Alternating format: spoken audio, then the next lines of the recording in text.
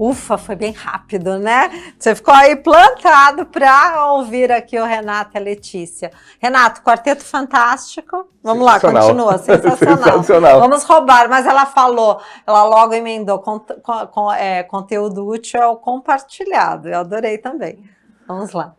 Perante a construção dos neurotransmissores que ela falou, essa analogia que ela fez faz o inconsciente da criança, do adolescente gravar mais rápido. Gostei de uma coisa que você falou, nós latinos, a gente descobriu tarde a inteligência emocional, por quê? Se você perceber o que é inteligência emocional hoje, que é o boom do momento, a analogia da inteligência emocional é a criança. Por quê? Porque é o nosso momento mais vulnerável, é onde a gente absorve com maior demanda as informações. A gente é uma esponja. E o que é essa criança? O sistema límbico. É o teu inconsciente. O inconsciente se forma com 7 anos. Até aquele momento você é uma esponja. Você é um celular novo que você acaba de comprar e você precisa baixar os aplicativos, as fotos, os vídeos. Chega uma hora que essa demanda para.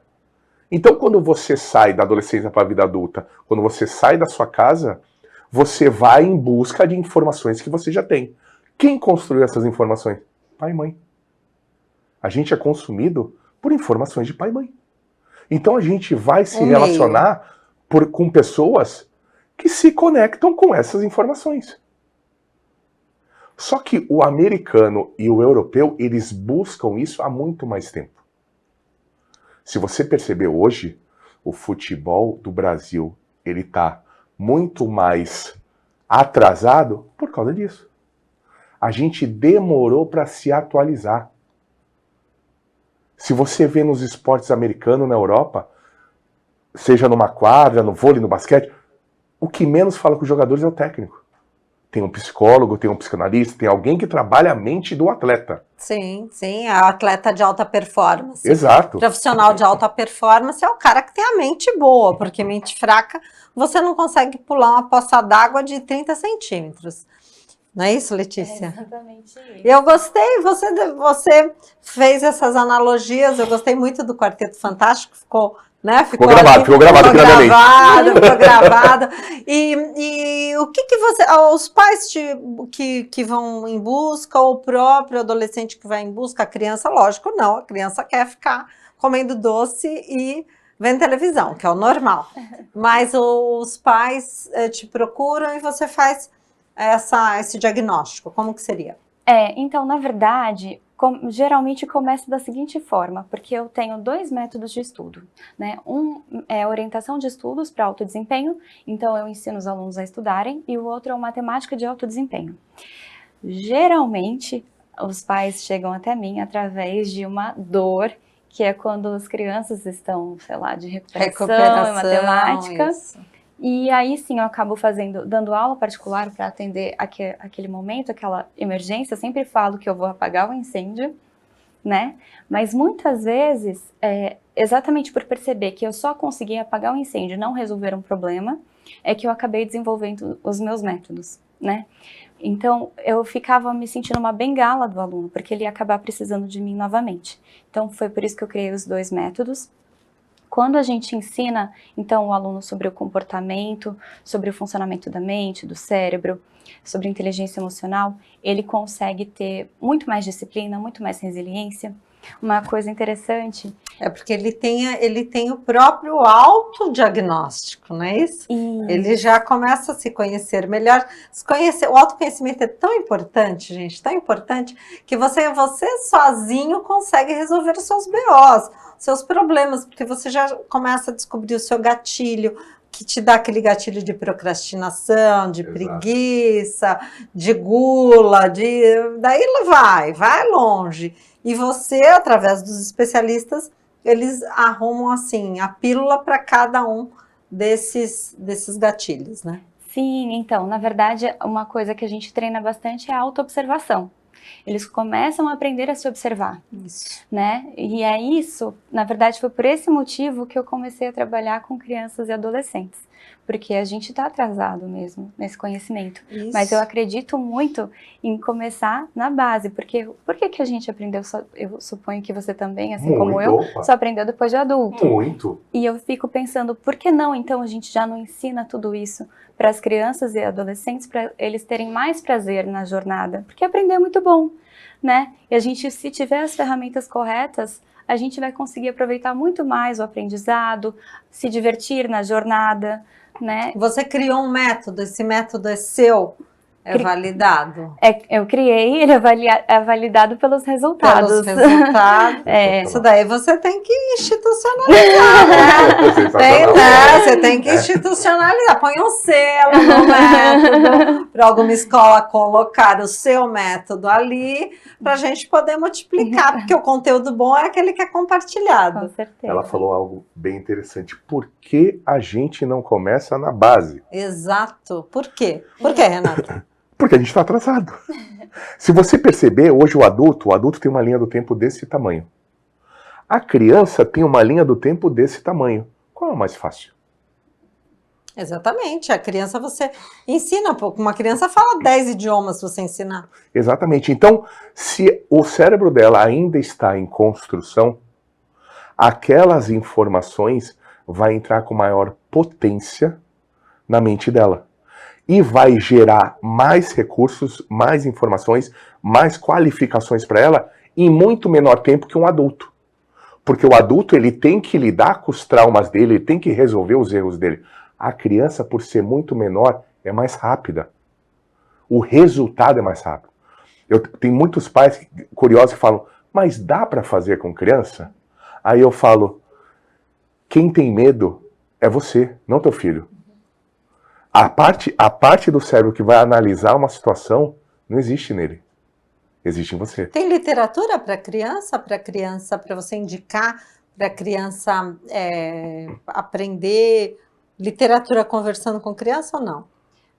Sobre inteligência emocional? Sobre inteligência emocional, já fizeram essa tradução simultânea em livrinho infantil ou não? Existem os livros, existe um material que hoje é usado na escola, né? Mas eu acredito, eu não tenho, não que eu tenha visto, muito material específico sobre a neurociência da aprendizagem, né?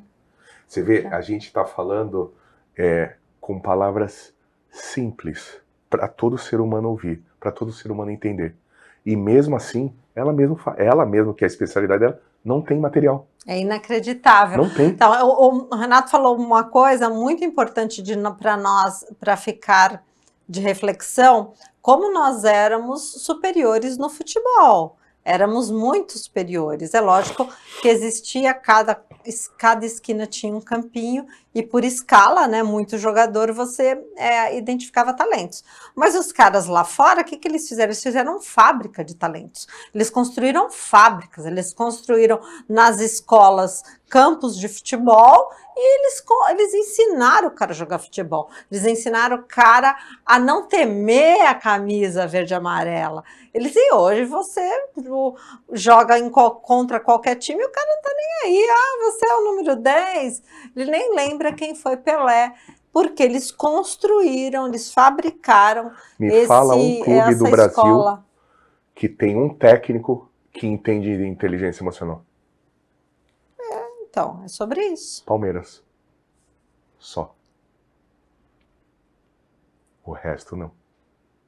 E eu treino muito molecada da base dos maiores times desse Brasil.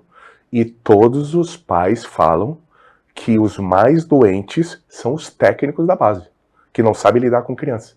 Jura? É. E a gente está falando, que nem a Letícia mencionou, por que a gente não começa na base? E na base tem os piores. Daí é difícil, né, Letícia? É um desafio, gente. Tem que fazer um cursinho pro técnico. Mas realmente é bastante desafiador, na verdade. Eu vou falar até porque eu não dou aula em sala de aula mais, mas eu dava aula em sala de aula.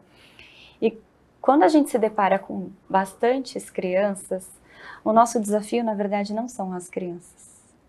São os pais. são os lares. Cada um enfrenta um desafio diferente. Então a gente tem...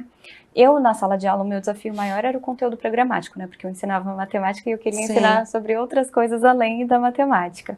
Mas, exatamente, cada um tem uma realidade, uma visão de vida.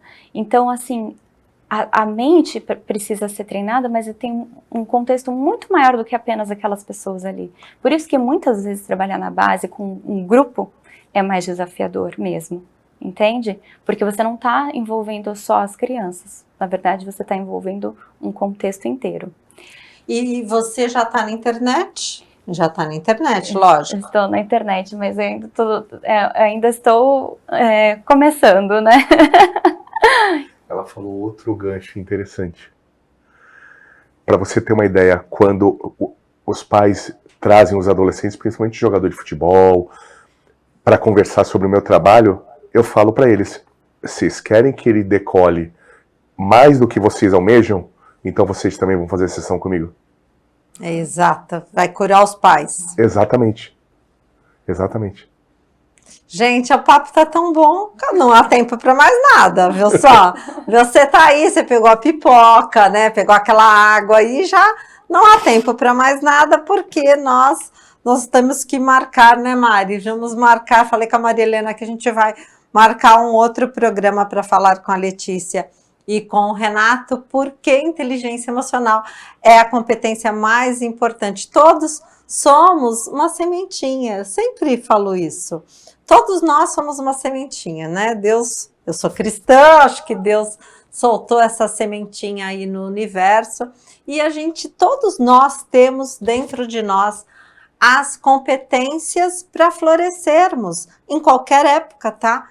A gente tem problemas na nossa vida lascados, cada um sabe onde, né, a sua pele dói mais, mas todos nós temos ali no nosso coração e na nossa cabeça aquelas ferramentas que, se elas desabrocharem, a nossa vida vai ser muito mais feliz, a nossa vida vai ser muito melhor, nós faremos a diferença no nosso entorno, nós seremos mais inteligentes. E as pessoas que estiverem do nosso lado serão mais inteligentes também.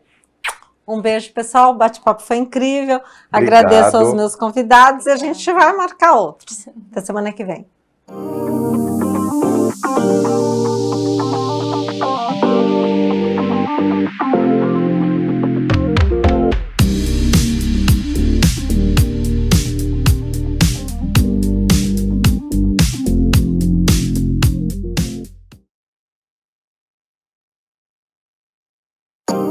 Programa No Salto. Oferecimento: